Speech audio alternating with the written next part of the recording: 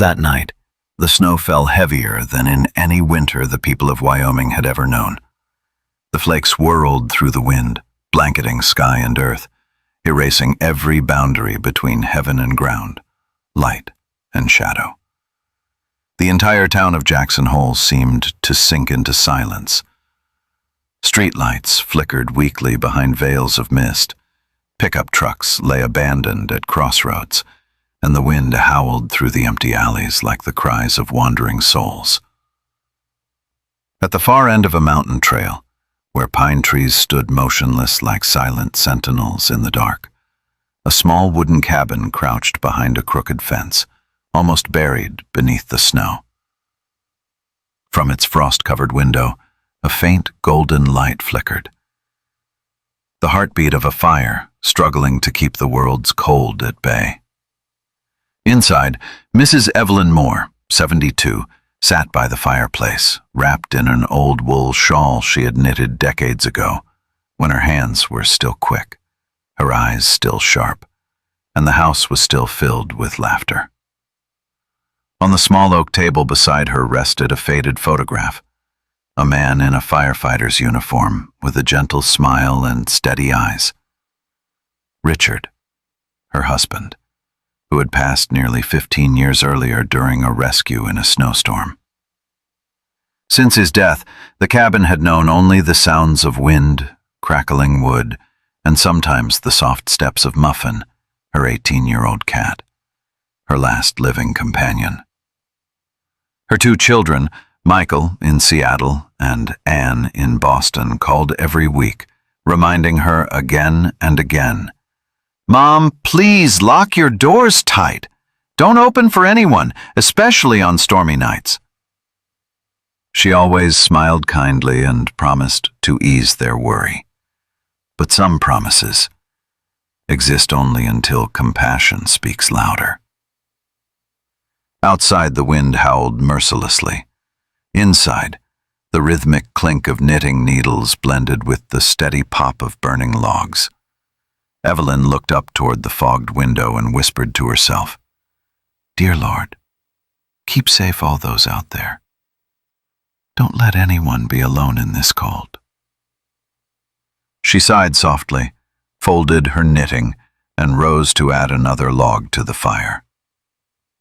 And then, a sudden gust rattled. Evelyn stood still for several seconds, her hands gripping the wool shawl wrapped tightly around her shoulders.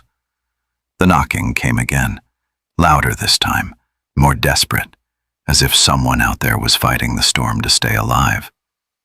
Muffin, her old cat, startled and leapt off the chair, vanishing behind the kitchen. The fire in the hearth flickered and swayed, its light dancing across the worn wooden walls. In that fleeting moment, Evelyn's heart pounded, as if the Lord himself were testing the mercy within her soul.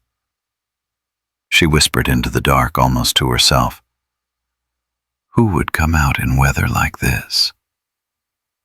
The wind howled in answer.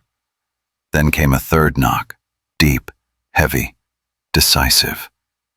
She picked up her oil lamp and strolled toward the door. Each step sank into the old rug, each sound echoing through the quiet house like a heartbeat. Her hand touched the icy doorknob. She hesitated for a breath, then cracked the door open. The wind surged in, whipping her silver hair, and there, through the blinding swirl of white, she saw them, a group of men huddled on her porch. 15 large men clad in black leather jackets, their beards frozen stiff, faces flushed red from the cold, their hollow eyes fixed on her, weary, desperate, yet holding a flicker of hope. Across their shoulders, in faded thread, read the words, "Iron Vipers Motorcycle Club." Behind them, heavy bikes stood buried in snow, only the faint glint of metal showing through the frost. The sight made Evelyn freeze. She'd heard stories about them, a rough biker gang notorious across the West, rumored to be reckless, dangerous, untamed. And now they were standing at her door, in the middle of a blizzard. For a moment, her mind spun, fear, memories, her children's warnings. Then her eyes caught a small human detail, the trembling hands of the front man. This shook violently. His lips were turning blue. From beneath his leather jacket came the thick, smoky breath of a man freezing to death. He lowered his head slightly, voice hoarse from the cold. "Ma'am, I'm sorry. We got caught in the storm. Every motel's cold wind, the scent of gasoline, and the breath of the open road." The door closed behind them, and from that moment on, the little cabin that had once sheltered only loneliness became a place where a miracle began to take root. The door closed behind the strangers. Outside, the wind howled and the snow danced in wild white sheets. But inside, the tiny cabin seemed to hold its breath. The only sound was the soft dripping of melting snow from leather jackets onto the wooden floor. 15 men stood silently, their shoulders soaked, limbs stiff from the cold, their breath rising in faint clouds within the glow of the fire. Evelyn's tiny home, once big enough only for one woman and a cat, now felt almost bursting, filled with the strange scent of leather, gasoline, snow, and the long, weary smell of life on the road. She didn't ask who they were. She didn't probe. She said, gently, "Take off your coats and put them near the fire. The kitchen's small, but there'll be room for everyone." Her voice was soft as wool, not a trace of fear in it, only the calm concern of someone who had spent her whole life caring for others. She hurried into the kitchen, drew aside the old cotton curtain, and rekindled the pot of chicken soup she'd left unfinished. The aroma of chicken, onion, and black pepper filled the room, blending with the warmth of the fire, melting away the stiffness between these strangers. A broad-shouldered man with gray hair spoke up. "Them, we'll pay you, whatever you ask." Evelyn smiled, not turning around. "I don't sell kindness, son. I just shared dinner." The men chuckled. For the first time that night, laughter, soft but real, rippled through the room. They helped her set the table, awkward with the delicate flowered bowls, placing each spoon carefully as if afraid to break something precious. When she brought out toasted bread, they all bowed their heads slightly and murmured, "Thank you, ma'am." She looked around the table. 15 rugged faces, weathered and scarred by the road. And yet, in the firelight, each held a strange gentleness. She smiled, her tone like that of an old teacher reminding her students, "Everyone deserves warmth, of the body and of the heart. Tonight you have both." The words made a young biker, the one with a coiled snake tattoo, being a mother, a feeling she thought had vanished the day her children left this home.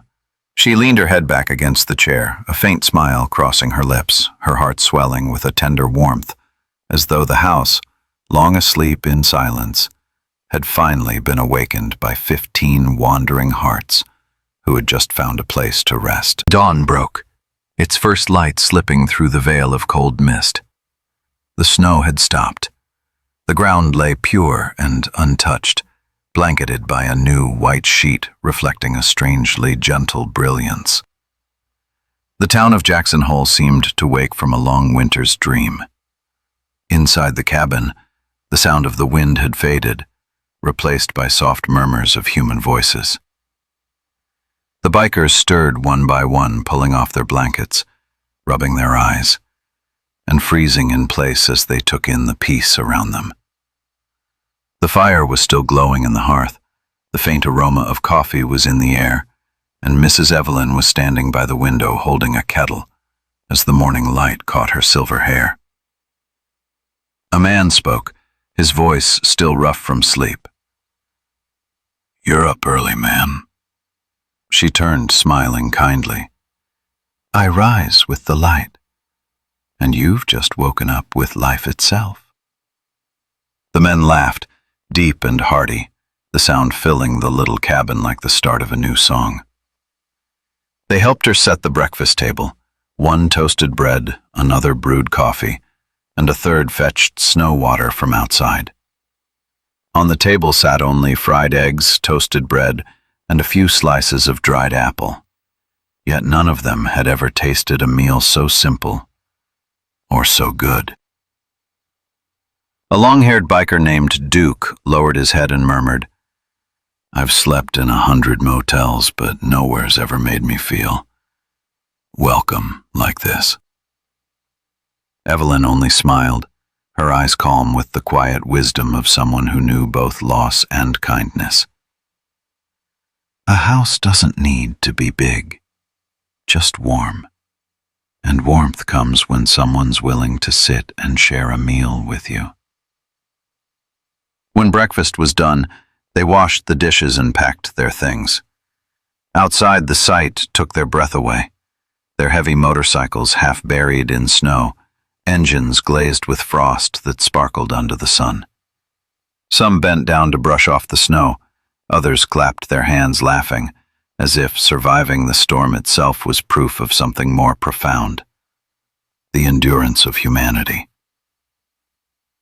Before leaving, the group's leader, Cole Harris, approached Evelyn. He had spoken the least the night before, his face rugged, framed by morning wind. Evelyn stood on the porch, hands clutching her shawl, watching the long line of bikes fade beyond the pines. The rumble of engines mingled with the clear air, like an intense but beautiful farewell song. She whispered, her voice carrying both sorrow and warmth. "Lord, send them safely on their way. They've given this house back something it lost long ago." Laughter. The door closed gently behind her. The cabin returned to silence. Only sunlight lingered across the wooden table, shining on the dishes that hadn't yet dried. And somewhere in the still air, the scent of coffee remained, like a promise that something good was on its way back. A day later, the snow had stopped for good, and the Wyoming sky stretched wide and impossibly blue. Pale sunlight shimmered across the white ground, making everything glisten like a thin layer of diamonds. Evelyn stood on her porch, a small sack of seeds in hand, scattering them for the sparrows fluttering around her yard. The air was still, broken only by the beating of tiny wings and the whisper of wind weaving through the pines. Then, from somewhere far off, a strange sound rolled through the valley, low, distant, like thunder echoing across the frozen hills. At first, she thought it was a truck passing along the highway, but the sound grew louder, deeper, rumbling beneath the earth as if the world itself were stirring awake. She lifted her hand to shield her eyes from the light. Down the trail leading into town, dark specks began to appear. Then more, and more. She froze. It wasn't 15 motorcycles like before, but a long, unbroken line stretching from the hills to the edge of town. Hundreds of bikes, engines roaring together, a rolling wave of steel and thunder. The snow-covered road trembled under their wheels. Neighbors peeked through curtains, alarmed. Someone gasped, "Good Lord, what's happening?" But Evelyn stood motionless, her hand suspended mid-air, eyes glistening, her heart trembling for reasons she couldn't quite name. The line of motorcycles came to a stop before her crooked wooden fence. The engines fell silent, leaving behind a dense hush, broken only by the soft hiss of wind through still hot exhaust pipes. From the lead bike, a tall man stepped down. Cole Harris, still wearing his black leather jacket. But gone was the weary look of a man beaten by the storm. His eyes were warm now, and he carried a bouquet of red roses. He strolled through the snow and stopped before her, smiling. "Ma'am, last night you opened your door and saved 15 men from the storm. I told that story at our club meeting. By morning the whole state had heard. And now, here we are." Evelyn looked around, unable to believe her eyes. Over 100 bikers stood before her, wearing the same Iron Viper's emblem. Helmets hanging, clearing snow, chopping wood, mending her fence, sweeping her porch as if they were her own sons returning home. A silver-haired biker looked up and smiled gently. "Ma'am, you saved us from the storm yesterday. Today, we're just giving a little warmth back to your home." The yard filled with laughter, the sound of hammers and engines. But now the engines purred softly, not fierce, but steady, like background music to gratitude spreading through the cold morning air. Neighbors began stepping out, bringing coffee and pastries. And for the first time in years, Evelyn's old cabin wasn't wrapped in silence. It had become the beating heart of the whole neighborhood. When the work was done, Cole returned to her, holding a small wooden sign carved by hand. On it read, "Mama Evie's place, where kindness rides."